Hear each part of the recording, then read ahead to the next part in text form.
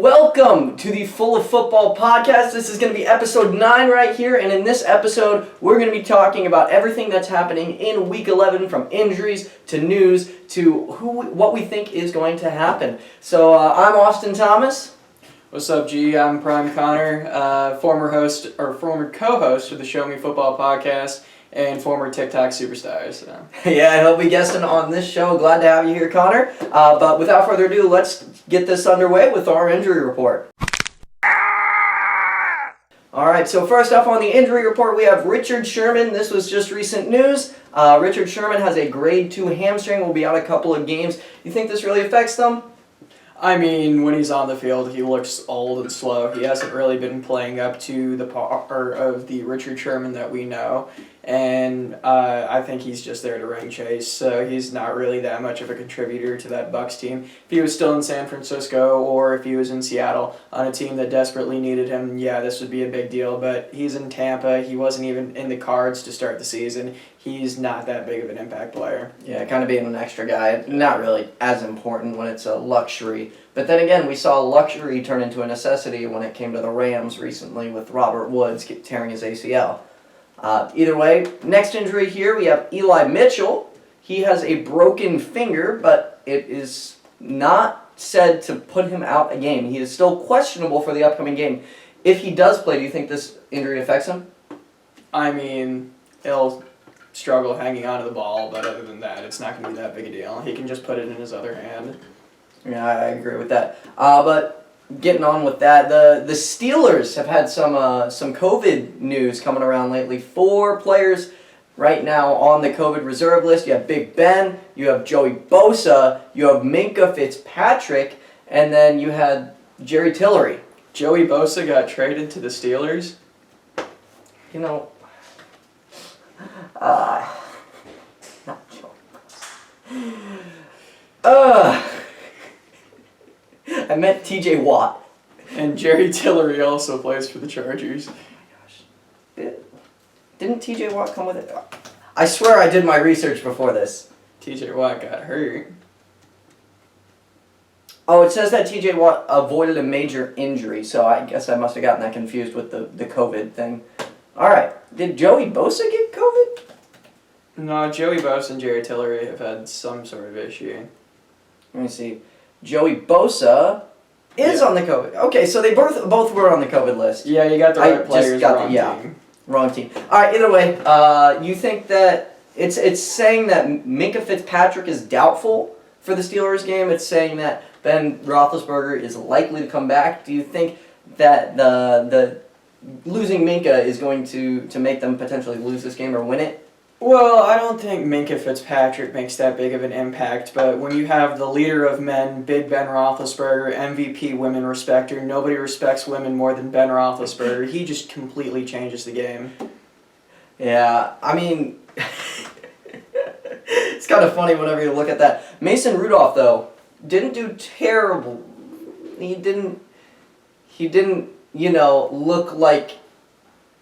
He didn't look like Mike White. Mason Rudolph doesn't respect women as much as Big Ben does. I think it's Big Ben by a mile.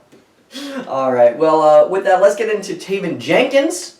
Taven Jenkins has gotten a surgery very early in the season. He's now back to practicing for the Bears. You think he's going to come in, and if he does, you think he's going to be a big effect to the team? Do you think he's going to help them win games? I completely forgot he was on the Bears, but...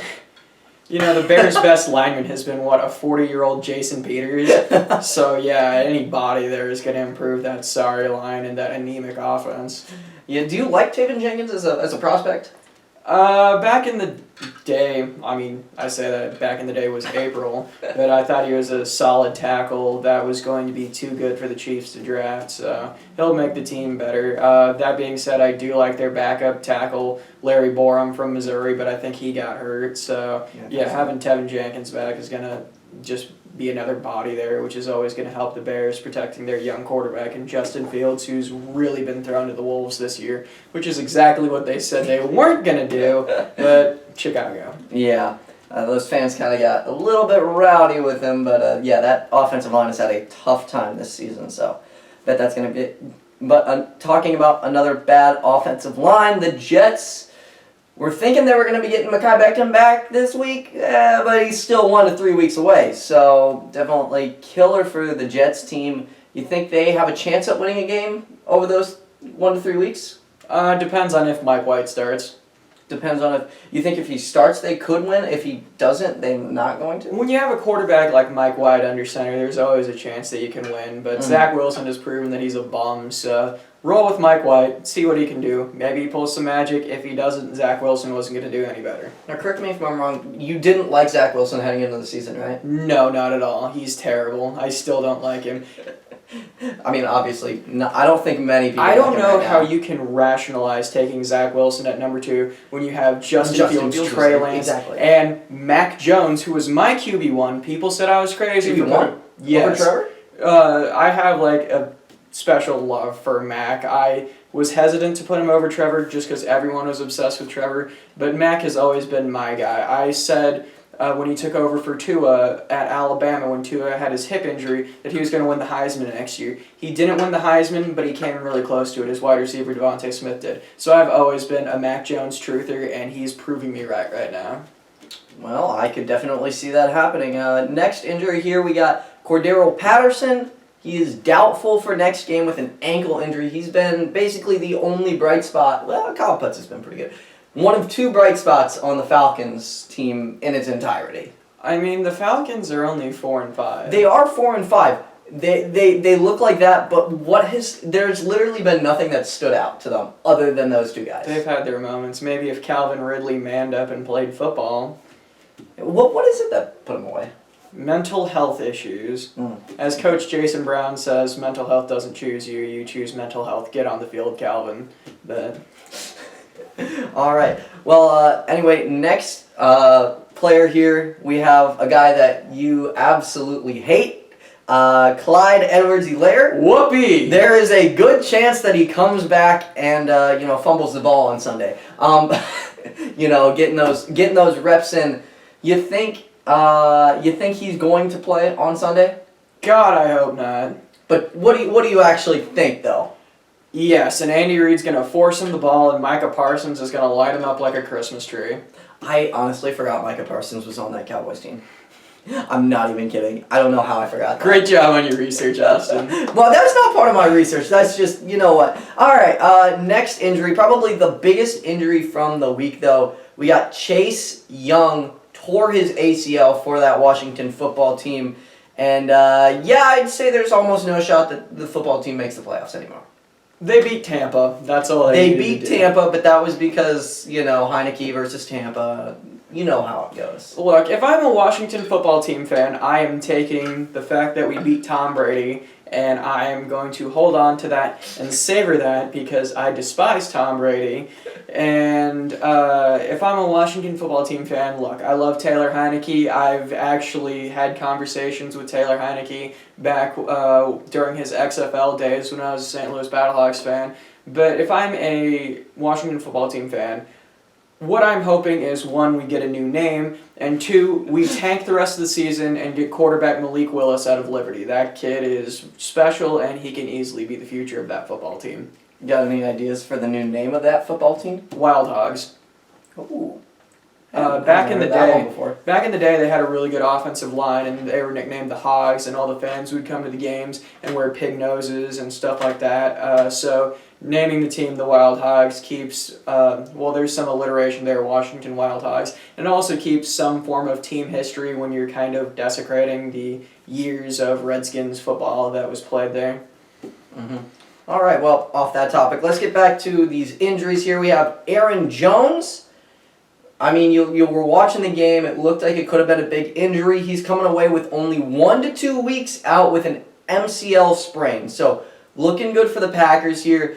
Do you see A.J. Dillon really breaking out these next few games? The quad father's good. You drafted him for a reason.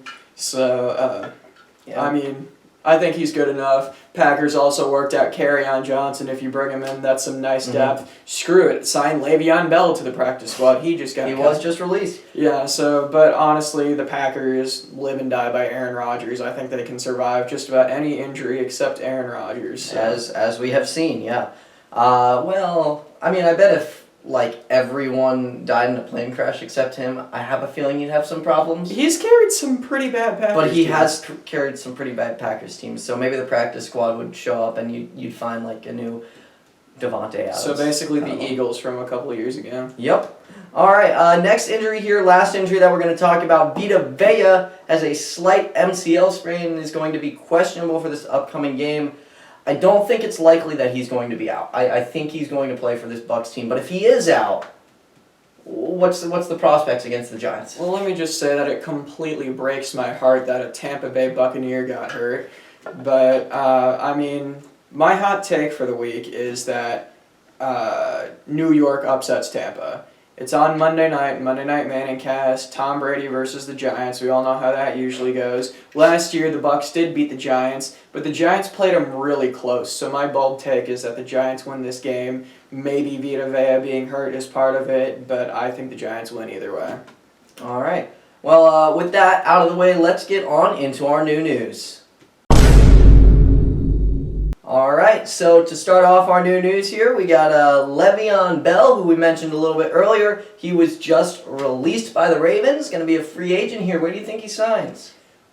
I mean, he's always been a Miami guy. Miami has had a lot of turnover at running back. They had Gaskin, but I haven't seen much of him. Yeah. I don't think he hasn't been very good this season. Yeah, and Le'Veon's from Miami. I'm sure he'd love to be in Miami. So just sign him there. He was partying in Miami during his Steelers holdout. So yeah, they can just have him come in, try and jumpstart that offense. And Miami's not in a position where they can really afford to continue losing because the Eagles have their first-round pick. So why not just try to bring Le'Veon Bell in and try to win some sort of games to add some value or to take away some value from that Eagles draft pick and make your GM look smarter?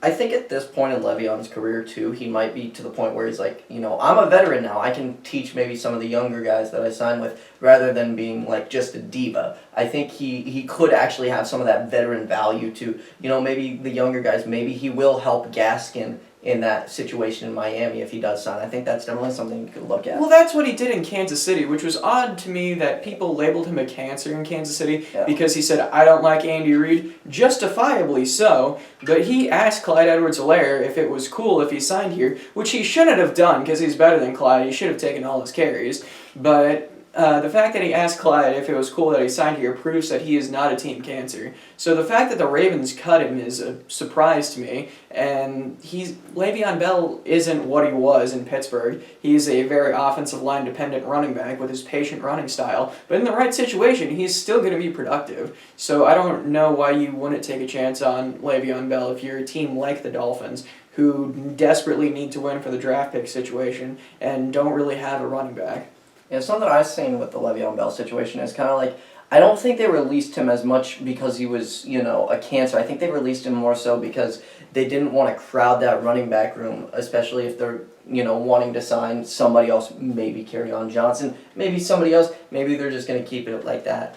He was a bottom of the roster guy anyway. Yeah. He was practice squad running back, Devontae Freeman. Was he on the practice squad or did they move him up to the active roster? Devontae Freeman? Or Le'Veon? Oh, Le'Veon, I think he was on the active roster, I want to say. Okay, they might bring him back on the practice squad. Maybe. But I know they had Devontae Freeman, Latavius Murray, Le'Veon Bell. So, yeah, it just got kind of overcrowded. And Tyson Williams, too. Everyone saw him that first week that replacing J.K. Dobbins, and then he kind of fell off.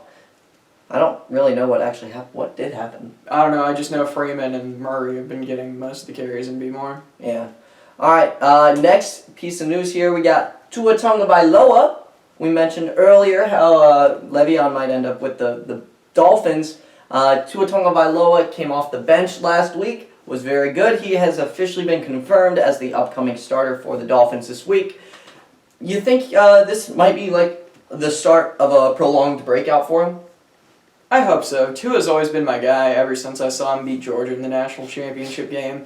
I always root for my Bama guys, Jalen, Tua, Mac, but it'd just be nice to see Tua bounce back because I feel like Tua's kind of gotten screwed over with the situation in Miami. Yeah, definitely. Yeah, like it's definitely unnecessitated. He didn't even play much his rookie year, and everyone's like, "Oh, they need to draft Zach Wilson, the sorry quarterback from BYU." I don't get it, but I'd like to see Tua bounce back. Admittedly, the Thursday night game was because Flores just blitzed every time and Lamar had no idea what to do. So it was less Tua and more the defense, but I'd like to see Tua get some prolonged success. And I don't think the failures are mostly his fault because he is a very young, raw quarterback at this point. Although in that same game that you were talking about, he still did do good. Yeah. He did not do bad, and he came in and he did help the team win.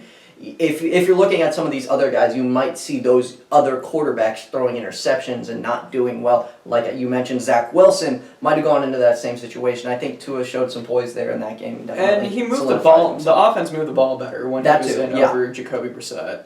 Which Jacoby Brissett isn't a bad quarterback. No, he isn't. But he's not as good as Tua. Yeah, he's a good backup. That's what Jacoby Brissett I feel like it's comparable to Jacoby is like Teddy Bridgewater and Tua is like Drew Lock, where one of them is your safe veteran who's not going to turn the ball over. Meanwhile, the other one might get a little wild, but they're probably going to move the ball a little better, if not turn it over more. Mm-hmm.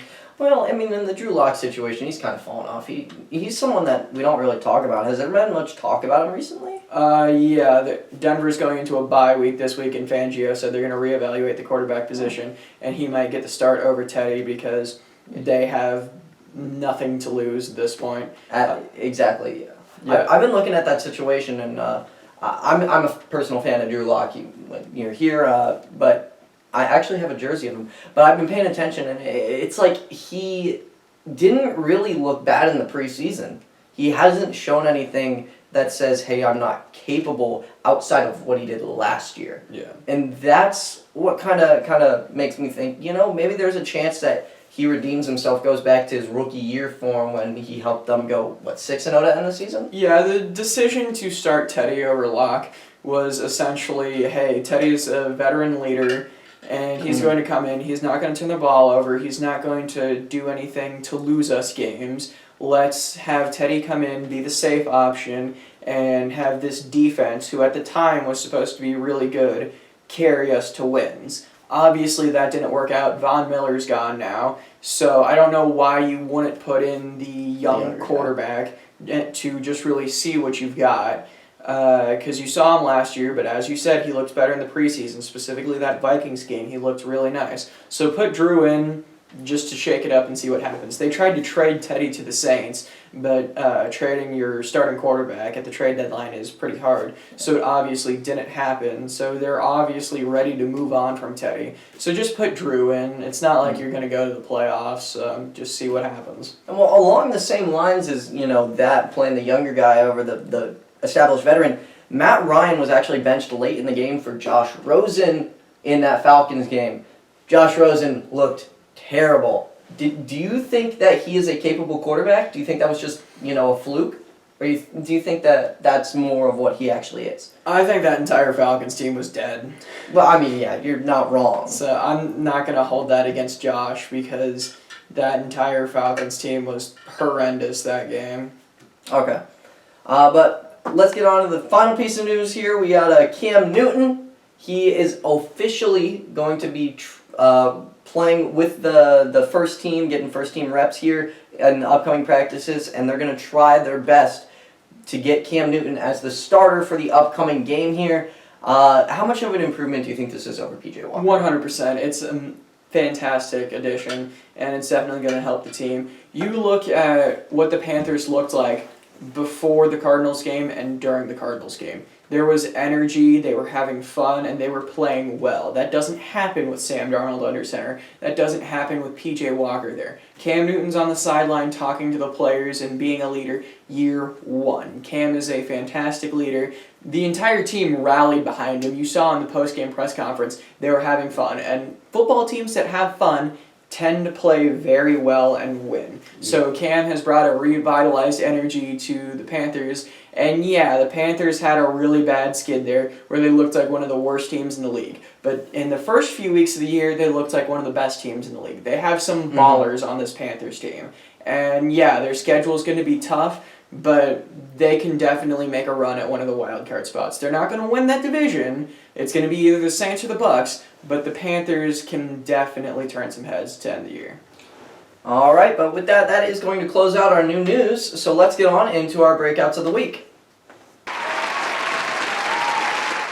All right, to start off our breakouts of the week here, it's actually just going to be me. He decided he's just going to comment on mine and kind of, decide based on what I'm saying. Didn't make the show too long. Yeah, we kind of want to cut it down a little bit here. But for my breakout quarterback of the week, I got Cam Newton versus the Washington football team. Now, Washington football game has been the worst at the pass defense and stopping other quarterbacks from doing well. Cam Newton's coming onto this one. We just talked about him. He's revitalized. He just signed with this team. He wants to lead them. And this is his old team. He wants to show them that, this is still his old team. Coach. And it's still his old coach. He wants to do well. And I think he's set up to succeed getting these first team reps.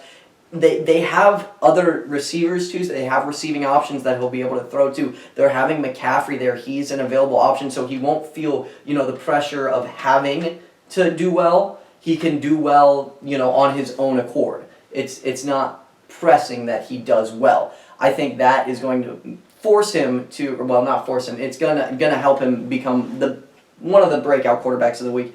Got anything to add on that? Well, Cam's in a pretty good position to succeed with the entire team rallying behind him, and the fact that his first game as a starter is against his old coach's defense. He might not know the Panthers playbook completely, but he knows what that Washington defense is going to be because just about every practice of his career, he's been going against that defense. It's Riverboat Ron's defense. He knows that like the back of his hand from practice.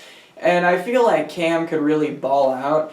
Yeah, he's not the player he was, but if you look at the supporting cast that the Panthers give him, that offensive line sucks, but the weapons are significantly better than the weapons he won MVP with. His top two wide receivers when he won MVP were Corey Brown and Ted Ginn Jr. The only good weapon he had when he was basically his entire career in Carolina was Greg Olsen. Yeah, Tommy Tremble isn't really Greg Olsen. or he's no Greg Olsen. No. But Robbie Anderson, DJ Moore, those two players are significantly better than Ted Ginn and Corey Brown. Now, I do think with that, my breakout tight end was actually Tommy Tremble in the same game. I think Tommy Tremble is going to surprise everyone. This is Cam Newton. He did use Greg Olsen. I think he's going to try a similar thing, but he will have those receivers as options. But I think Tommy Tremble is more the safe option for him, so he doesn't feel forced to throw it to those receivers, even though he knows they're an option. I think Tommy Tremble will be able to create that space when everyone's also focused on those other guys. And also, they're going to be focused on stopping Cam. They don't want him to run outside the pocket. They're going to try and, maybe put a QB spy on him. They're going to maybe try and blitz him. Either of those, that's going to leave somebody open, and I think Tommy Tremble will be that guy because they're going to focus on not letting up the deep ball, where Tommy Tremble will be able to get those medium range, catches. Well, yeah, like you said, when you play Cam, you know that he's still a physical freak. Yeah. But you're gonna want him to beat you with his arm. You're gonna dare him to throw the ball because his last days in New England, his arm wasn't there. He looked good until he got COVID, and after that, he just did not look like the Cam Newton that we had grown to know. Yeah. So, yeah, you're going to want to make him throw the ball. And if Cam's running, he can make a quick decision to dump it off to the tight end, giving Tommy Tremble those catches. All right, my breakout running back of the week is going to be A.J. Dillon versus Minnesota. He's coming in big spy here. Aaron Jones just got injured last week. He is the workhorse running back for this game. I don't see them really using Kylan Hill or even Kerryon Johnson if they sign him. I don't see them using either of those guys nearly as much as A.J. Dillon was used when Aaron Jones was back. So you think about it and you're like, hey, Aaron Jones was getting a ton of carries, but so was A.J. Dillon even while Aaron Jones played. There's nobody that's going to be getting those A.J. Dillon carries while Aaron Jones is gone. Yeah. Nobody is going to get that. So they're going to workhorse A.J. Dillon. The only thing I see other running backs getting carries is kind of just to make sure A.J. Dillon gets some rest, to make sure that he doesn't get injured. Nothing too huge, but he is going to get the workhorse amount of the carries there. And especially against Minnesota, who hasn't been great at stopping the run this season. They haven't been, the worst in the league, but they haven't been great. I think A.J. Dillon will be able to run over them, and the Quadzilla will do amazing. Yeah, I have no doubt that A.J. Dillon's going to get the majority of the carries. I assume that Kylan Hill is going to come in and get some carries in relief, but yeah, it's going to be the A.J. Dillon show. All right, and finally, my breakout wide receiver of the week is Donovan Peoples-Jones. Now, a name that a lot of you probably haven't heard of, but he is the second receiver in Cleveland behind Jarvis Landry. He is playing Detroit this week, and that is a sweet matchup if you're a wide receiver. If basically you're anybody on the offense, that's a sweet matchup. Nobody on Detroit, like, that defense is terrible. It is. And seeing Donovan Peoples-Jones going up against this, Baker Mayfield is going to try and turn some things around. And I do think that they will be able to pull this one out. I think he'll become more of an option. Donovan Peoples-Jones will be able to get, open even against these receivers because that defense is going to be focusing on Jarvis Landry most likely, maybe even throwing a little at Austin Hoop or David Njoku. But more than anything, they're going to be focused on stopping the run with Nick Chubb and Kareem Hunt, which will leave those... Oh, yeah, I forgot about Kareem. But yeah, with Nick Chubb and Dearness Johnson. But either way, that is going to leave those wide receivers wide open to do whatever they want. Man coverage, they're going to be able to break that. I think Donovan Peoples-Jones is going to have a good game. Yeah, Donovan Peoples-Jones, wide receiver out of Michigan, late round pick for the Browns, really good pick. As long as he doesn't get his kneecaps bit off, he should be good. All right, but with that is going to close up our breakout players of the week. So let's get on into our disappointment players. All right, first disappointment player of the week, I got at quarterback here, Taylor Heinicke versus Carolina. Now, this one probably going to surprise you a bit, but Taylor Heinicke here, he showed up against the Bucs last week, but he was very motivated to do so. I feel like this week we're going to see him more return to ground. He's not, a amazing quarterback. He's a good player. But don't get this in your head. I think he's going to throw interceptions. This Carolina defense, I think Stephon Gilmore, C.J. Henderson, going to be good. They're going to finally, those acquisitions that they got, they're going to finally show up, here and make a big effect on the game. Taylor Heinicke isn't going to have free reign like he did against the Bucs. Also doesn't have the motivation to do so. I'm not a fan of Taylor Heinicke slander, but Taylor is, we all know what he is. He's a good backup who can come in and spot start, like your Jacoby Brissett's, like your Chase Daniels. He definitely has a spot in this league. It's just not as a starter. But I'm going to go ahead and throw in my own disappointment quarterback, and that's going to be Tom Brady because he's playing the Giants. And this might age horribly, but I don't care. The Giants are going to beat Tom Brady. You heard it here first. All right, well, we can talk about that a little bit later when we get to our weekly predictions. That might age horribly, but we'll see. We'll see how that turns out. At running back, for disappointment running back, I have Mike Davis versus New England. Now, Cordero Patterson being doubtful. Everyone's expecting Mike Davis to be like a workhorse here. Similar situation to A.J. Dillon, but I don't see Mike Davis like this. See, the Packers are a much better offensive team than the Falcons. The Falcons basically have Kyle Pitts and washed up Matt Ryan. That is not even close to Devontae Adams and Aaron Rodgers in the backfield. So I think everyone is going to be hyping up Mike Davis very similarly to A.J. Dillon here. Mike Davis is also playing New England, who has one of the best run defenses in the league. They're going to be able to stop him. So I don't see Mike Davis doing anything really necessarily good. I think maybe he gets 40 rushing yards on 13 carries. I think the Patriots are going to slaughter them. Exactly. Patriots are a nice team, and the Falcons just got blown out by the Cowboys. I don't see any way that the Falcons win this game, and I think Mac Daddy's going to destroy that defense, and I think Bill Belichick is going to have no issue with an Arthur Smith-led offense. And that's definitely going to make them run away from going to the run game, so yeah. Falcons aren't really going to use Mike Davis at all, even in that situation. Disappointment wide receiver here. I got another guy here. I got Bryan Edwards versus Cincinnati. Now, Cincinnati was a team early on that was amazing. One of the best teams early on in the season. Kind of cooled off a little bit here, but mostly it's been that defense that's cooled off. Joe Burrow, Jamar Chase are still doing well, but that defense, though, that is going to be the problem. But what I see here is I see that defense doing a little bit better. The Raiders are not an elite offensive team. Really? They aren't. But Wow. some people are hyping it up to be that whenever they have a winning record like they do. And being like that, you're looking at Bryan Edwards. He is the number one receiver on the team, right?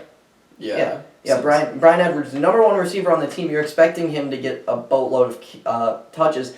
Up until last game, he has not gotten those targets, those receptions.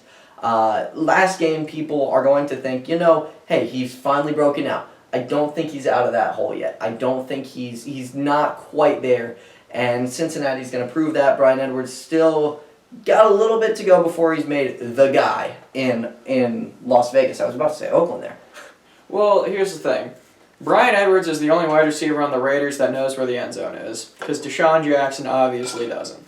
So, yeah, the ball's going to go his way. And you also have to remember who the Cincinnati Bengals employ at cornerback. Vernon Hargreaves and Trey Flowers. These aren't good football players. You're right, but you also got to think about the safeties when it comes to those deep passes with Bates. Bryan Edwards. Jesse Bates is one of the best safeties in the league. You can't count him out whenever you're talking about these defenses, and he was a huge part to why the Cincinnati defense and Trey Flowers and Vernon Hargreaves, they didn't do terrible at the start of the season. It wasn't until more recently that they really showed that they weren't good. They both got cut. They didn't start the season in Cincinnati. They didn't? Trey Flowers started in Seattle and Vernon Hargreaves started Flowers was in Seattle? Yeah. I thought he left last year. No, he was there this year, then they cut him after he said, y'all want me to be Sherman after he got cooked in a game. Yeah, he's not a good football player.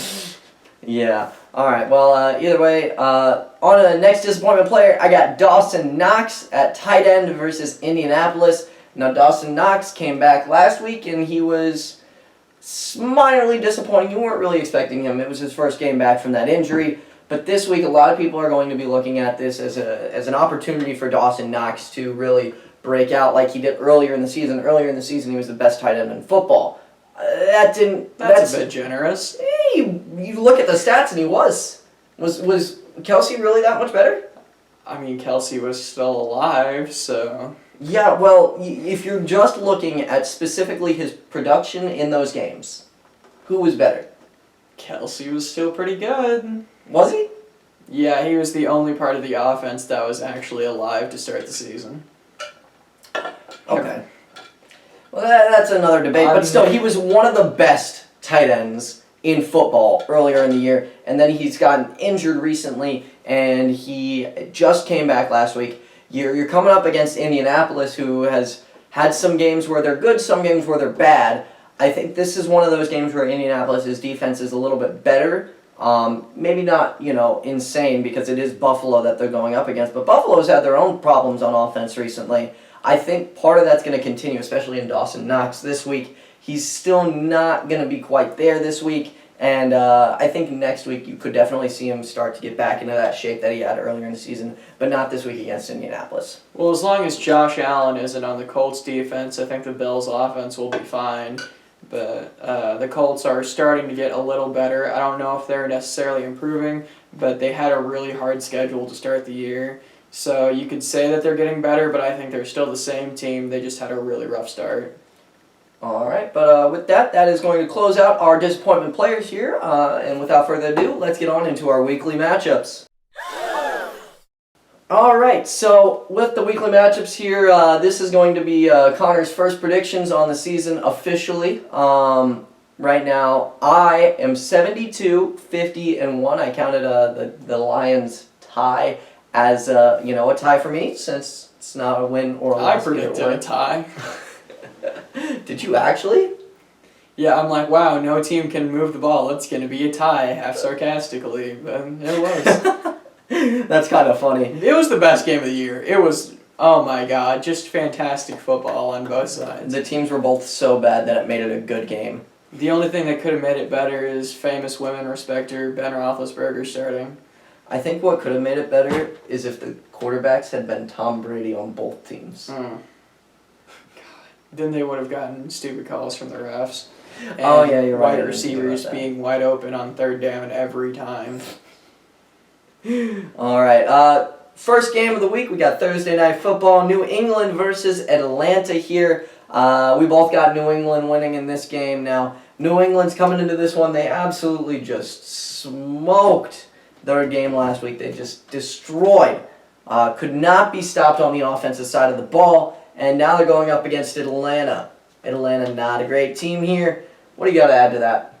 I mean, I have the Patriots as of right now losing in the AFC Championship game. I think that they're back and they have the best quarterback in franchise history right now. All right. Down to best quarterback in franchise? Okay. Oh, best. Sorry. Disrespect Best. to Drew Bledsoe. I thought you said most accomplished. Like, that's what I was thinking in my head. In which case, But anyway, down here, next game, Sunday night football. Sunday football. What am I saying? Sunday night.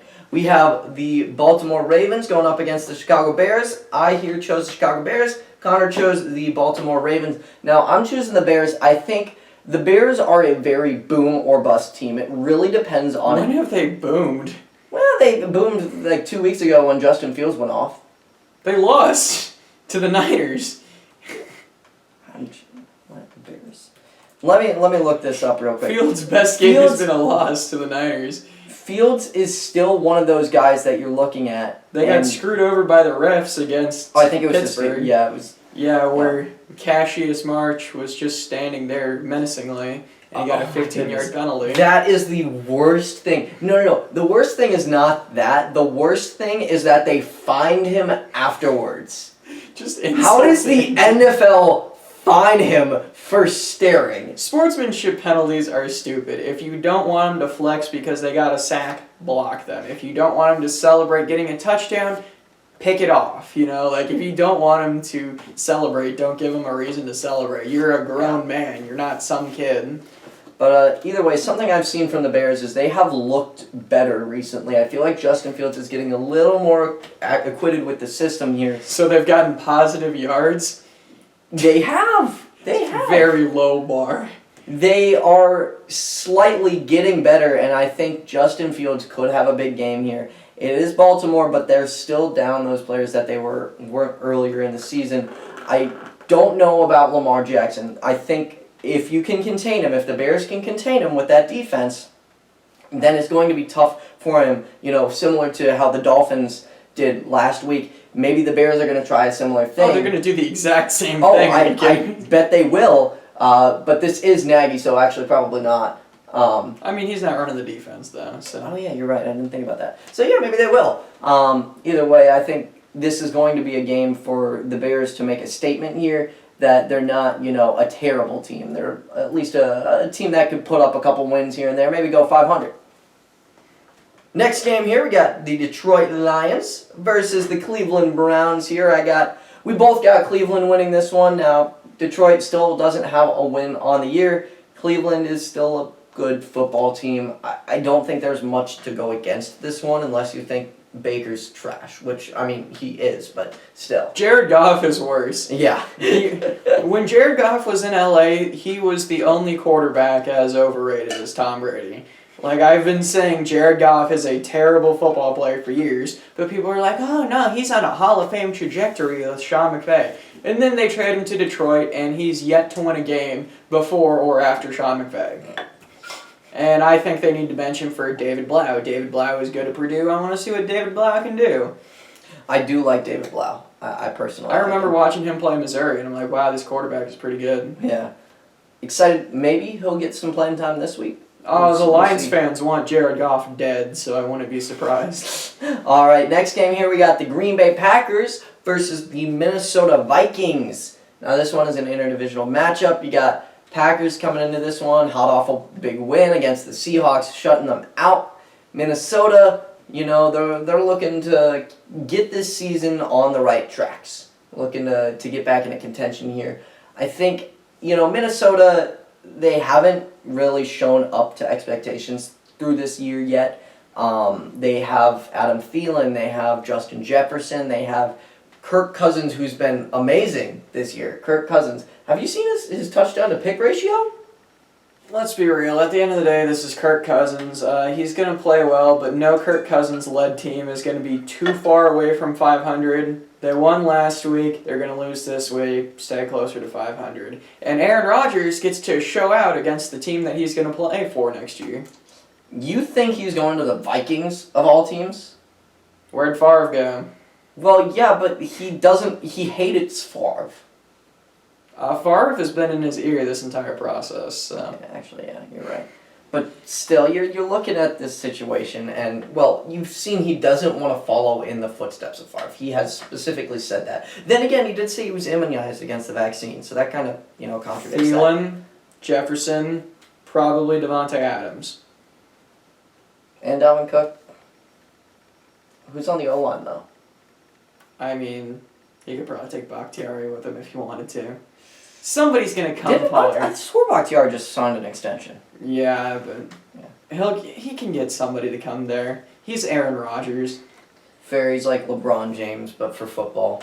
But not as good. Wherever Aaron goes next year is going to be a super team. All the free agents are going to follow Aaron. So who are the best free agents next year besides Rodgers and Adams? We'll find out when they all sign with Minnesota. All right, next game we got Houston versus Tennessee. Here we both chose Tennessee because Houston. Tennessee's a good football team. Houston is not. Moving on. All right, next game we got Indianapolis versus the Buffalo Bills. We both ended up choosing the Buffalo Bills here. Bills destroyed the Jets last week after a disappointing loss to the Jaguars 2 weeks ago. That's kind of two extremes right there. Where do you find this game more on the close side, or do you find it as more of a blowout victory?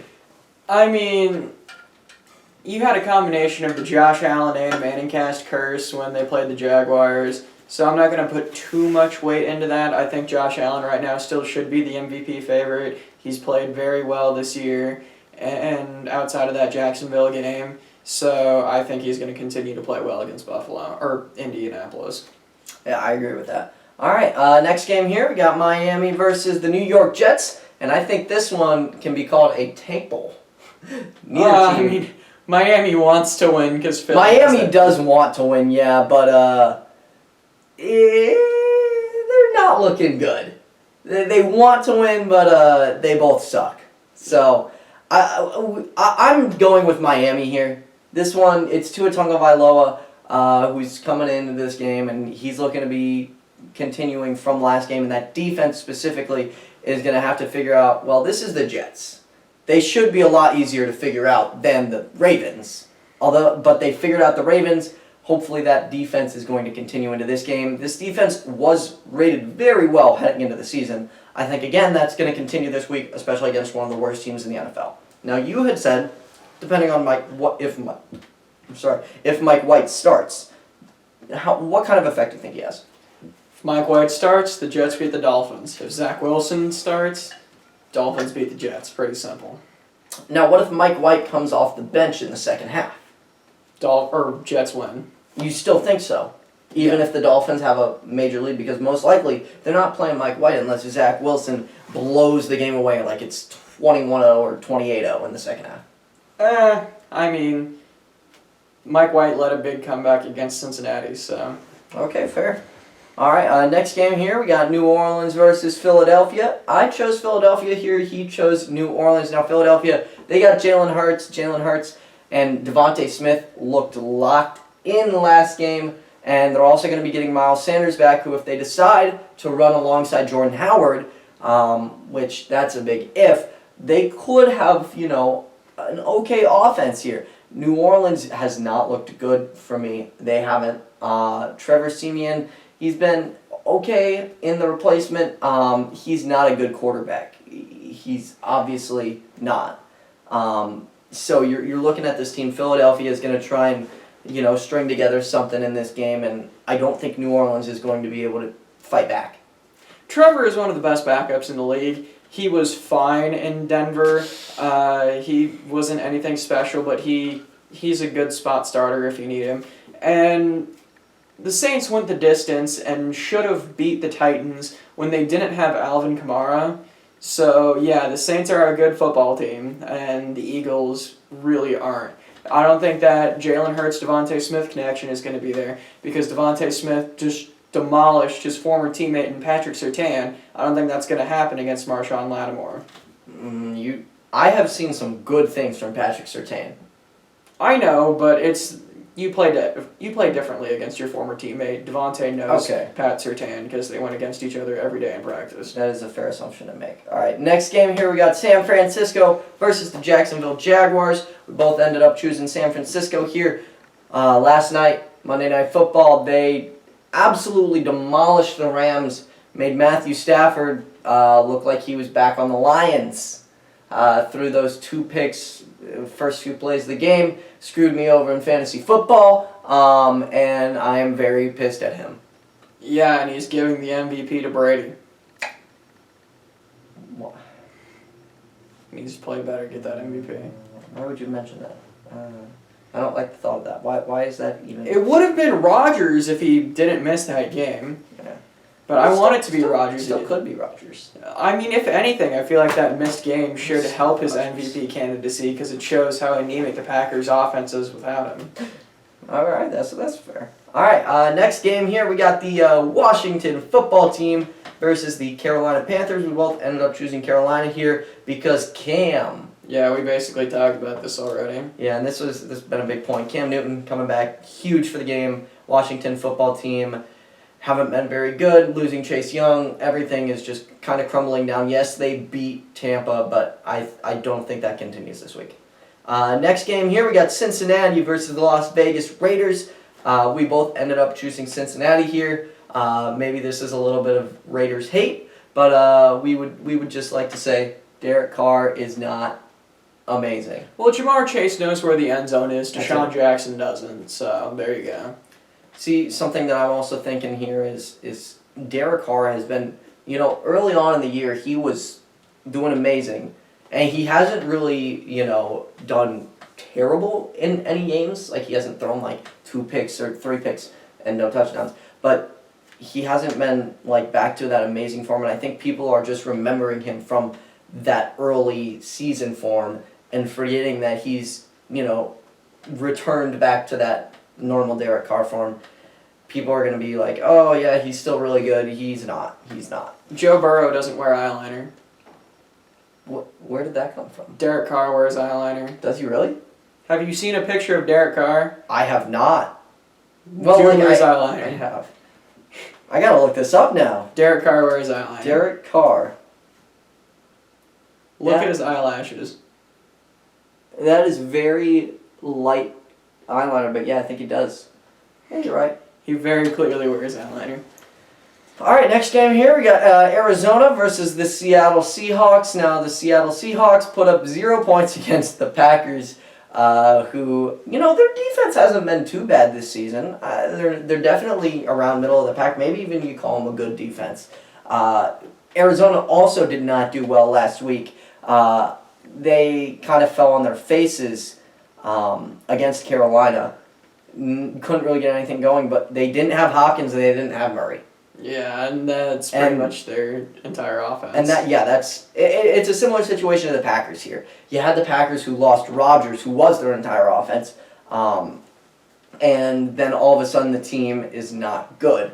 I think that's a similar situation you're getting in here with Arizona, where it's not just Kyler, but it's Kyler and Hopkins, but they were both gone last week, and that's the reason they lost so bad, along with Carolina being good in that game. But I think Arizona definitely going to come back here, even though Seattle is going to make it, pretty close with Russell being back. Well, I think what you saw last week in that Arizona-Carolina game is Arizona seemed to be very disinterested without Hopkins and Kyler on the field, and Carolina was obviously rejuvenated with Cam in the locker room.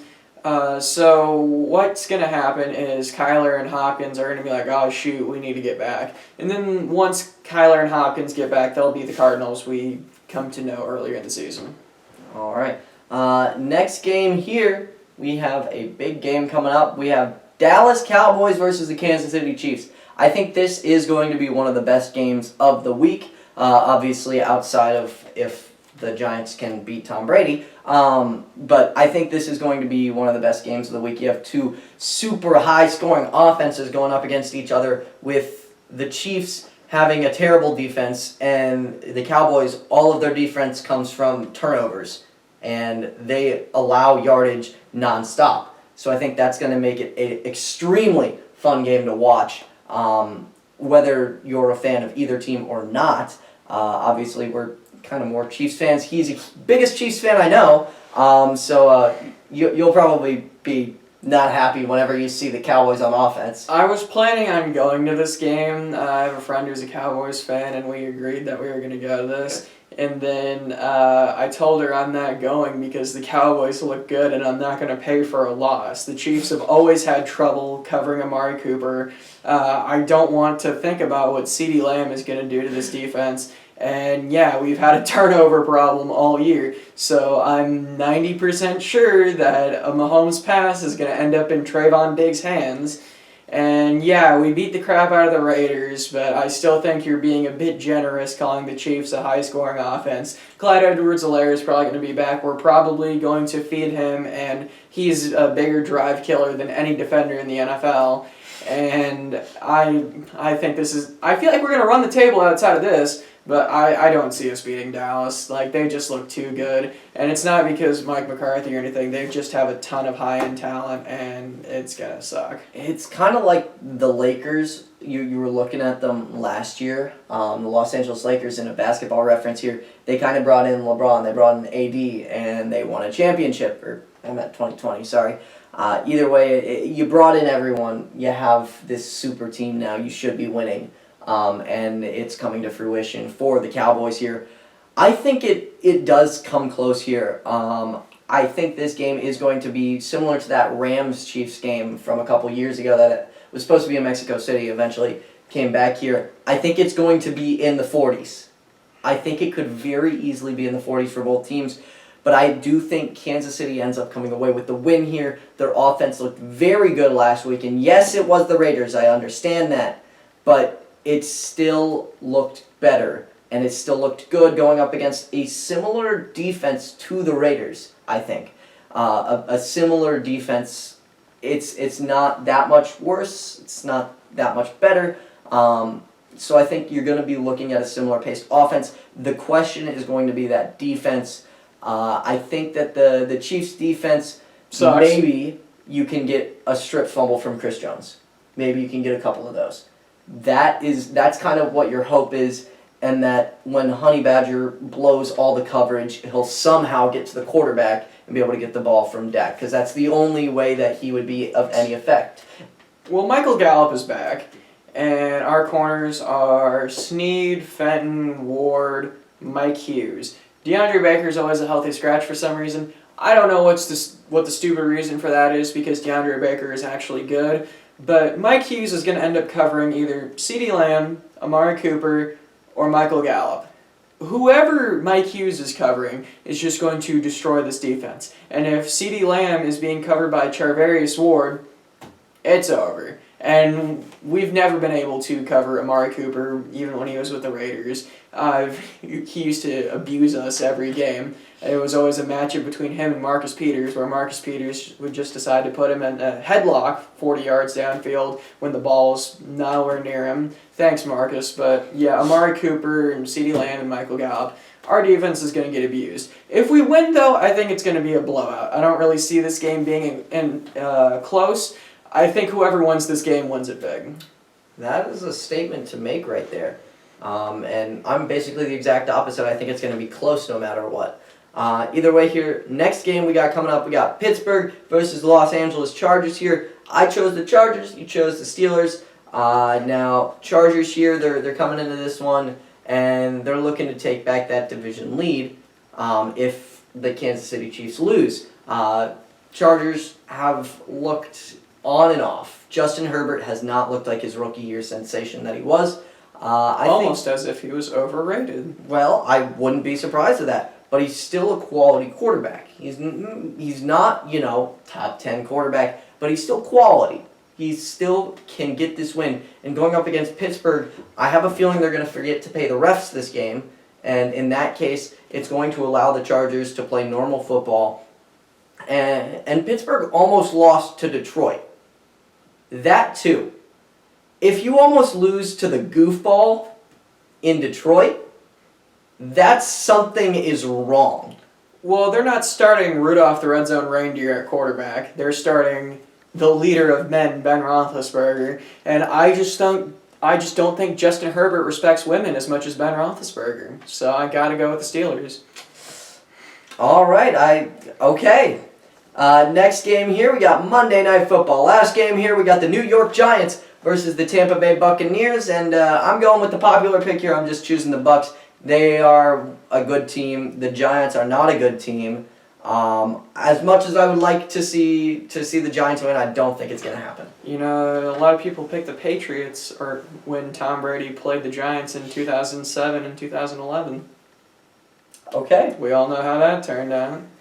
Fair point, going off of that logic. The Eli Manning magic from the Manning cast. Honestly, I'm going to change my pick. If the Manning cast happens, Giants win. If it doesn't happen, Bucs win. There you go. Is there a chance it doesn't happen? Yeah, they're only doing 10 of the 17 games.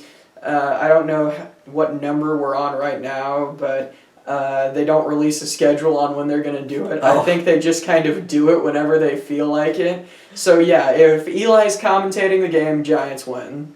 All right. But either way, that is going to close out our weekly matchups. And that is going to finish up our show this week. So thank you so much for watching. Make sure to drop a comment if you have a question that you want us to answer. We will get back to you in the next episode. But while you're down there, make sure to drop a like if you haven't already, and subscribe if you aren't already. And without that, that's going to wrap it up for us tonight. Hear from you. Make sure to enjoy watching some football soon. And we will see you guys later. Peace. You get a lot of views on this? Nope.